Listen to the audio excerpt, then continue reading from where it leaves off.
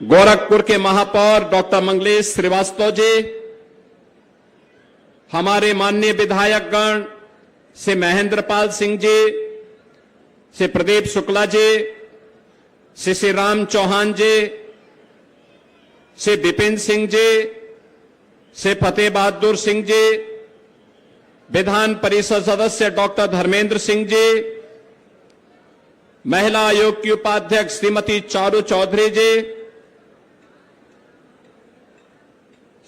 मान्य विधायक श्रवण निषाद जी, मान्य विधायक विमलेश पासवान जी,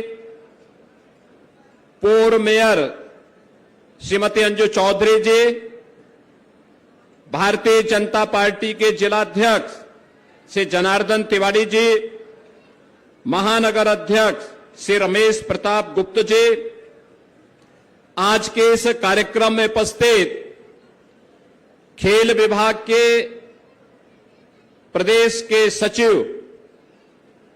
श्री सुहास अलवाई जी, खेल निदेशक डॉक्टर आरपी सिंह जी, गोरखपुर कुश्ती संघ के हमारे पदाधिकारीगण,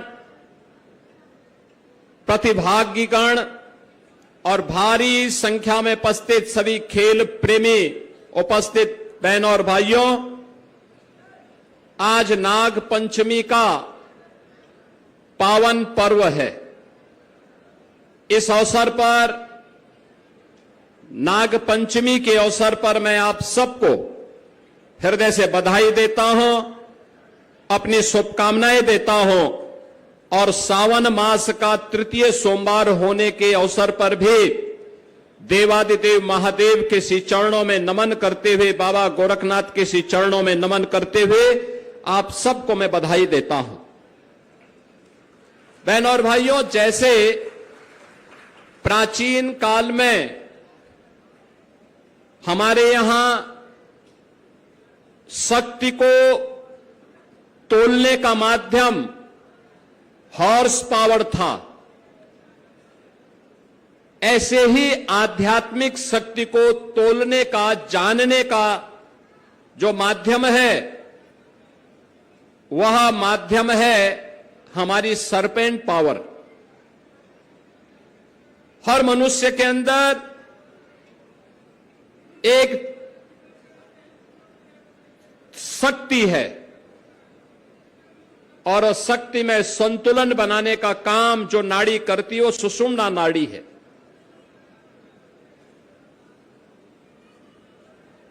वह शक्ति की आधारशिला आध्यात्मिक जगत में हमारे ऋषि मुनियों ने जिस ताकत को देखा है, वह ताकत हमारे लौकिक जगत में नाग पंचमी के रूप में नाग देवता की उपासना के माध्यम से हम सब देखते हैं। और आज न केवल नाग पंचमी है, बल्कि अयोध्या धाम में सावन का झूला मेला है, पूर्वी उत्तर प्रदेश में कजड़ी मेला के आयोजन भी जगह जगह आज की तिथि पर होते हैं। और पुराने समय से हमारे पहलवान दंगल के आयोजन के साथ जुड़ते रहे हैं। आज से कुश्ती की प्रतियोगिताएं प्रारंभ हो जाती हैं। पूर्वी उत्तर प्रदेश के सभी पहलवान दशकों से यहां आकर के, मंदिर में आकर के दंगल प्रतियोगिता में भाग लेते रहे हैं। हर वर्ष ये कार्यक्रम होते रहे हैं और अब यह मैं कल से देख रहा था, पहली बार 350 से अधिक पहलवानों ने इस पूरे कार्यक्रम में भाग लिया और इस कुश्ती प्रतियोगिता में भाग लेकर के 3 वर्गों में वीर अभिमन्यु, यूपी कुमार और यूपी केसरी के इस दंगल प्रतियोगिता में प्रतिभाग करके इस पूरे आयोजन की शोभा को बढ़ाया है। मैं कल से ही देख रहा था, मौसम कितना विपरीत है। उसके बावजूद आपकी संख्या ये बताती है कि खेल के प्रति भी, चाहे वह बुजुर्ग हो, जवान हो, नौजवान हो, बच्चे हो, उन सबके मन में कितनी उत्सुकता और कितना उत्साह है कि मौसम की विपरीत परिस्थितियों की परवाह किए बगैर वे लोग यहां पर आकर के उन्होंने अभी 2 प्रतियोगिताओं को देखा है, वीर अभिमन्यु के फाइनल को और वीर कुमार के, यूपी कुमार के फाइनल मुकाबले को देखा। कितनी शानदार प्रतियोगिता यहां पर आयोजित हो रही है। आपने कल से सैकड़ों ऐसी कुश्ती के आयोजन को यहां पर प्रातःकाल से ही, कल 11 बजे से लेकर के लगातार सायंकाल तक, और अब अंतिम मुकाबला उत्तर प्रदेश केसरी का कुछ ही देर में यहां पर होने जा रहा है। बहनों और भाइयों, पिछले 12 वर्ष में हमने बदलते हुए भारत को देखा है। बदलता हुआ भारत, हर एक क्षेत्र में जो परिवर्तन हुआ है, खेल और खेल संस्कृति के क्षेत्र में भी वह परिवर्तन हुआ है। खेल के लिए खेलो इंडिया खेलों के माध्यम से, फिट इंडिया के माध्यम से आज हर एक स्तर पर, सांसद खेलकूद प्रतियोगिता के माध्यम से, विधायक खेलकूद प्रतियोगिता के माध्यम से, ग्रामीण लीग के माध्यम से नई नई प्रतियोगिताएं आगे बढ़ी, नए नए आयोजन आगे बढ़े हैं। अभी कॉमनवेल्थ में आपने देखा होगा भारत के खिलाड़ियों का जोश हाई था। 4थे स्थान पर भारत के खिलाड़ी रहे, मेडल जीते। उत्तर प्रदेश के भी 9 खिलाड़ियों ने प्रतिभाग किया, उनमें से 3 खिलाड़ी मेडल प्राप्त किए हैं।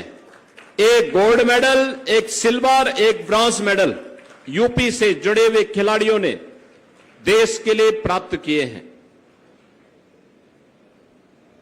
उत्तर प्रदेश सरकार ने खेल की नीति ही ला करके खेल के लिए जो लड़का, जो भी युवा, जो छात्र खेल के लिए अपना समय देगा, देश के लिए मेडल जीतेगा, हम उसको सीधे नौकरी देंगे।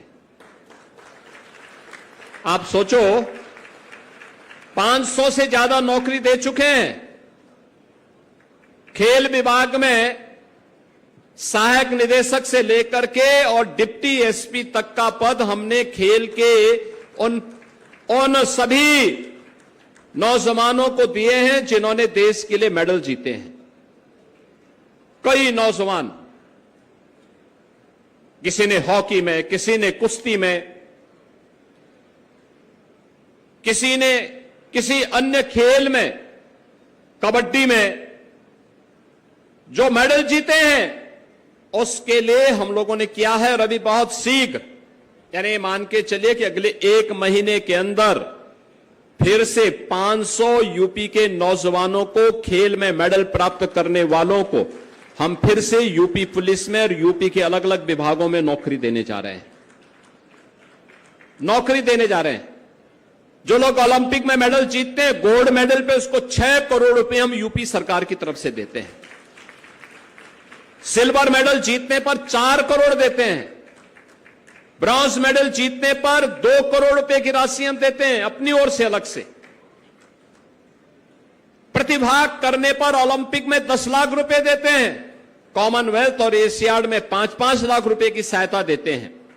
और नेशनल गेम्स के लिए भी उन्हें फैसिलिटेट करते हैं। लेकिन ये खेल और खेल की संस्कृति कहां से आगे बढ़ेगी? सरकार के साथ साथ समाज को जुड़ना होगा, स्वयंसेवी संगठनों को जुड़ना होगा। दूसरों की गलती को निकालने की बजाय हमें अपने स्तर पर भी उस कार्यक्रम में सहभागी बनना पड़ेगा। और उस अभियान का हिस्सा हमने बनाया है, हर गांव में खेल का मैदान हो, ओपन जिम का निर्माण हो,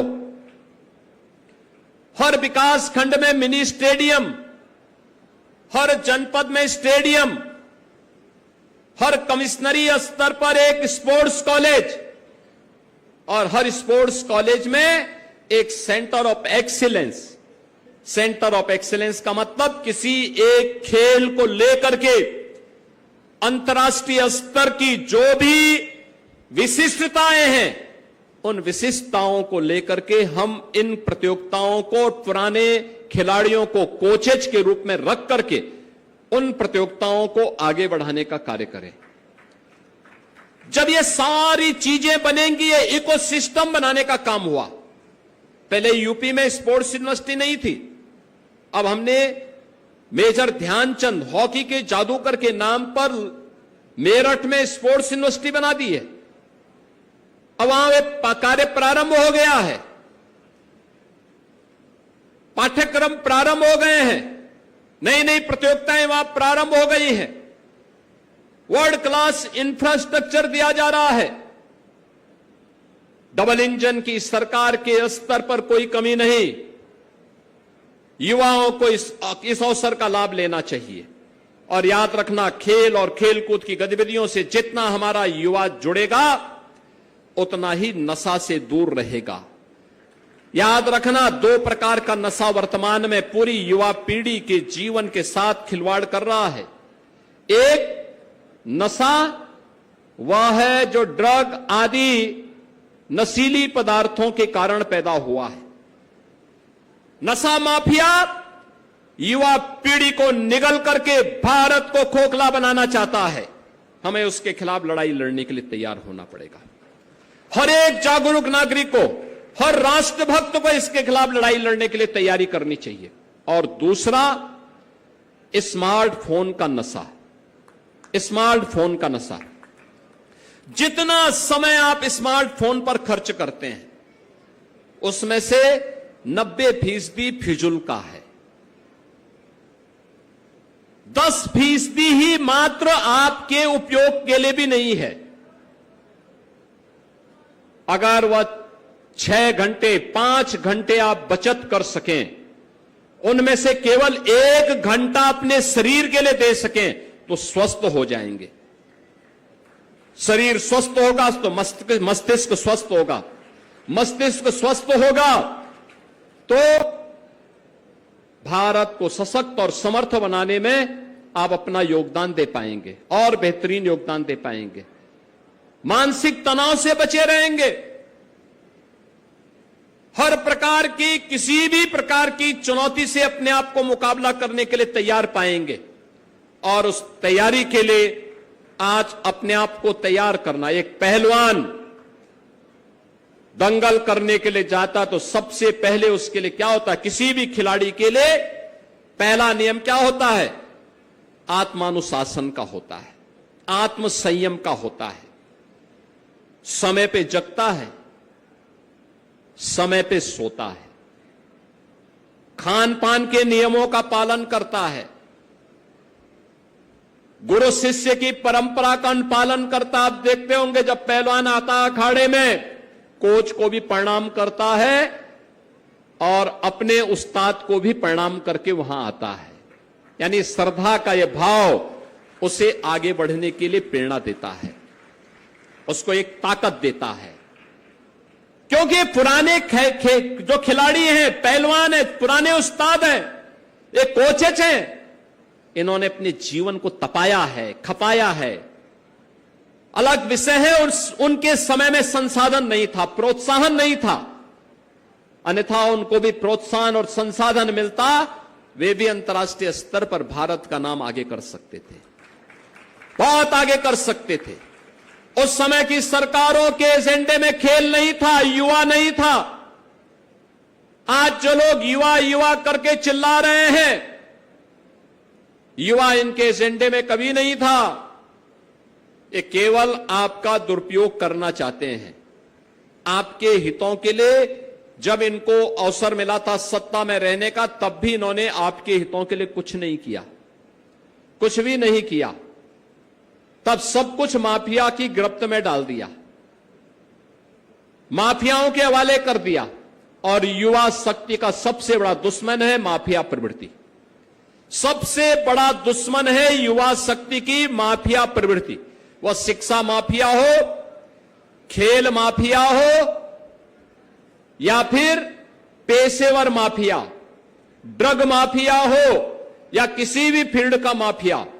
अगर वह माफिया प्रवृत्ति बढ़ेगी तो युवा शक्ति की सबसे ज्यादा क्षति पहुंचेगी और अपने उस युवा शक्ति को इससे बचाने के लिए आवश्यक है एक सकारात्मक सोच के साथ खेल और खेल संस्कृति को आगे बढ़ाने के लिए प्रधानमंत्री मोदी जी के नेतृत्व में डबल इंजन सरकार के द्वारा जो प्रयास प्रारंभ किए गए हैं उस प्रयास को एक सार्थकता प्रदान की जाए। और मैं तो देखता हूं हमारा जो पहलवान होता है वह सात्विक भी होता है और बजरंग बली का उपासक भी होता है।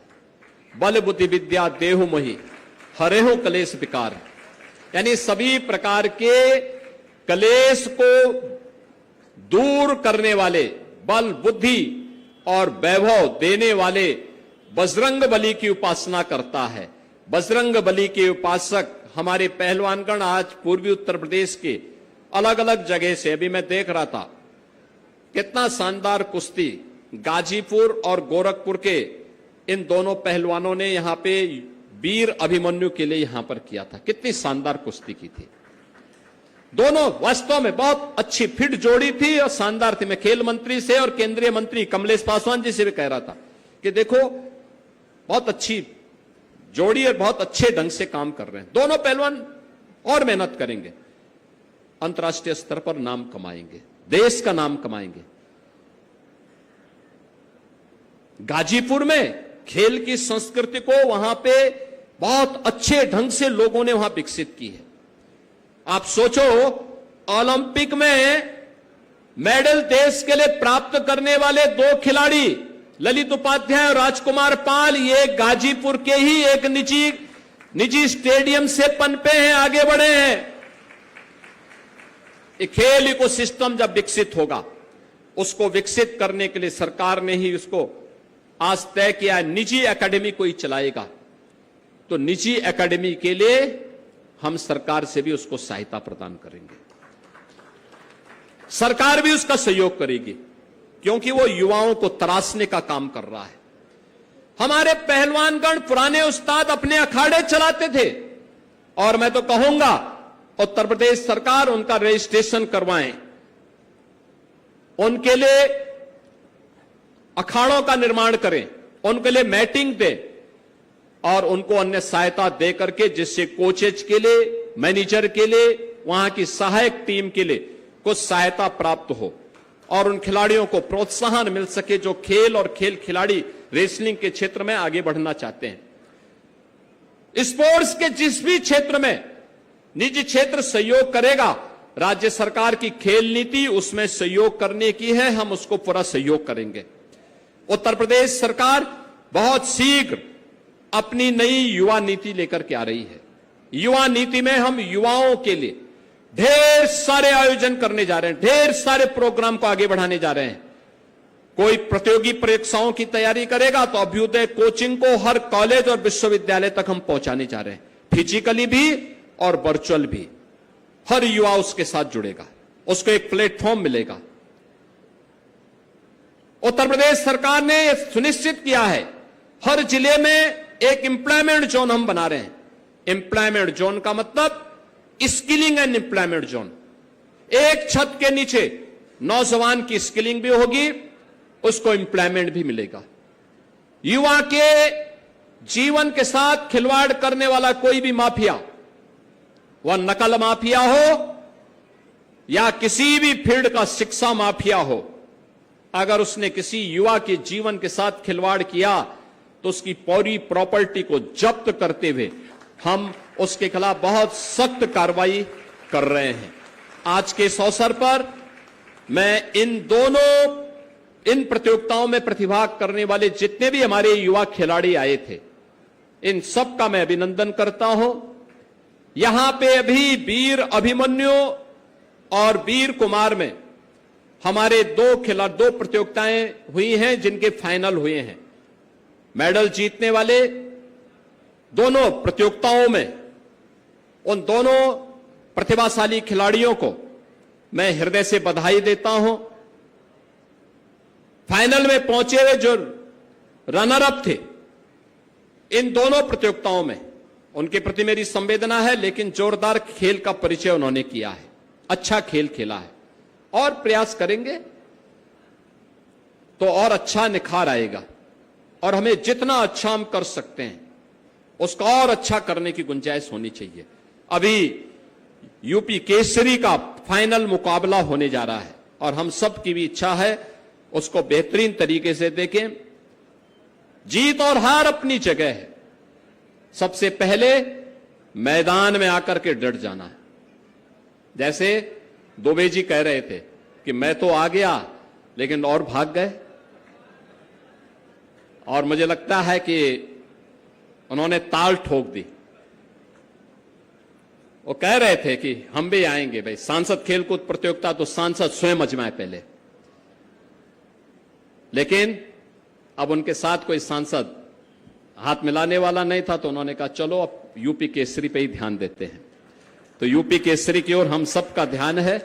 आप सबको मैं इस अवसर पर बधाई देता हूं और यूपी केसरी के अपने दोनों जो खिलाड़ी हैं जो इस फाइनल मुकाबले में यहां उतरने जा रहे हैं, कई प्रतियोगिताओं को जीतने के बाद ये लोग यहां फाइनल में पहुंचे हैं और फाइनल में पहुंचने के बाद अब इस रोमांचक मुकाबले को देखने के लिए हम सब यहां तैयार हैं।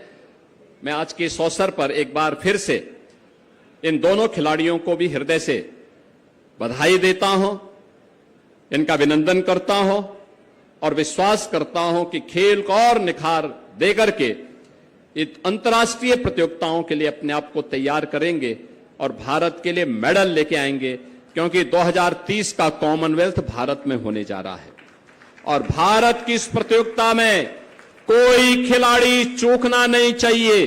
इसकी तैयारी अभी से यूपी के अंदर प्रारंभ हो जानी चाहिए। इस विश्वास के साथ आप सबके प्रति मेरी मंगल में शुभकामनाएं हैं। धन्यवाद। जय हिंद, जय जय श्री राम। 80 किलोग्राम भार वर्ग से ऊपर उत्तर प्रदेश केसरी